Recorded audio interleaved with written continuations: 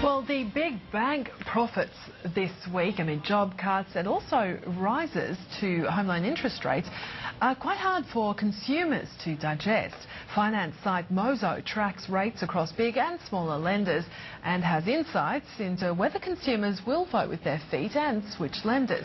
Their research director Andrew Duncanson joins us now. Andrew, thank you so much for your time. I just firstly wanted to ask you what you're seeing in terms of those standard variable rates. Are the smaller, the non-bank lenders now following the moves of the big banks and raising those home loan rates? Well, so far we've seen about 10 lenders have increased their variable rates. I say so far, there's probably a few more still to come. I think there's quite a few of the mid-tier and smaller lenders are going to take the opportunity to raise their rates a little bit. I take my hat off to the three who've said so far that they will not. CUA, ME Bank and Yellow Brick Road have all come out and committed not to, so that's a good thing, I think. And I guess in terms of competition, it's obviously very difficult for banks and non-bank lenders in this kind of environment to not, I guess, follow the pack and raise rates.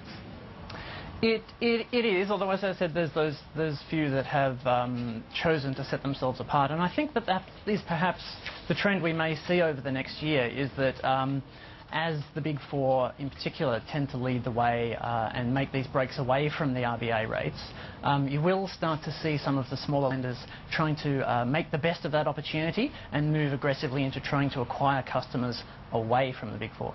The Treasurer and the Prime Minister have been very vocal in their pressure on banks in terms of what they do with interest rates. What do you think? I mean, they keep telling consumers to shop around if they're unhappy, but will consumers really do this? Will they switch?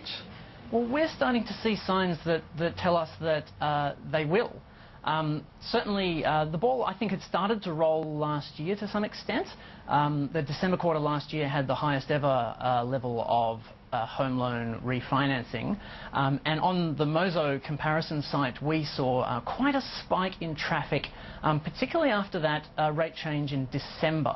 There was a really strong increase in consumer interest in looking to refinance.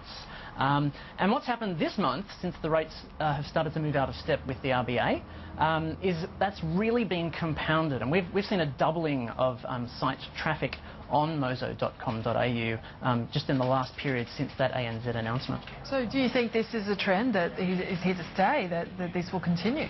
I think it will. I think there's a few things that have come together. The consumer anger is I think, kind of rising. You know, people don't quite buy the reasoning that the banks give for the interest rates. As sound as those reasons may be, people don't quite feel that it's right or that it's fair. And at the same time, at Mozo we've seen quite a lot of new interest or increased level of interest in acquiring new customers from the challenger brands and the small home lenders. In this, as you mentioned there, the difficulty that the banks face in trying to sell their argument, do you think that it's pretty much an impossible argument for them to sell? I mean, given the RBA has supported them in their arguments about the difficult funding environment, but consumers just seem to be focusing on those headline cash profits. Yeah, I guess everyone's looking after their own hip pocket to some extent here. You know, consumers and consumer groups will talk about, you know, blatant profiteering, and the banks will talk about it being essential for the stability of the entire financial system. You know, I think the truth really is somewhere in between there. It is important that banks look after their shareholders. They do have to look after their customers as well, though, and I think that's the really interesting question at the moment. You know, how far is too far? How much extra interest income can the big banks take before it starts to eat into other things, like the cost that it takes them to acquire a new customer, the number of people that come to them as opposed to others, and the attrition rates, the number of customers who are actually going to vote with their feet and leave the Big Four and go to one of their competitors. Because, I mean, historically they moved in lockstep with the RBA, so, I mean, it's very difficult to disconnect, isn't it, even though that's what they're trying to do? That's right. It's been a long period of time where everything's sort of moved together, by and large. This is sort of the third kind of move away, I suppose. If you go back to December 2009, and Westpac made a very big leap away from the Big Four, from the RBA rate. the one they tried to justify with the cost of bananas. And then a year later, CommBank went on Cup Day, the Melbourne Cup rate rise, and both of those had a really sort of strong negative backlash from consumers. And we saw that on our customer ratings on Mozo. We have consumers tell us what they think about their banks and rate them, and those numbers really took a battering at those points in time. And I think this is the third one, but this time around I think it's people seeing the Big Four doing something together, and so it'll be really interesting to watch how that plays out in terms of how people feel the Big Four versus smaller lenders.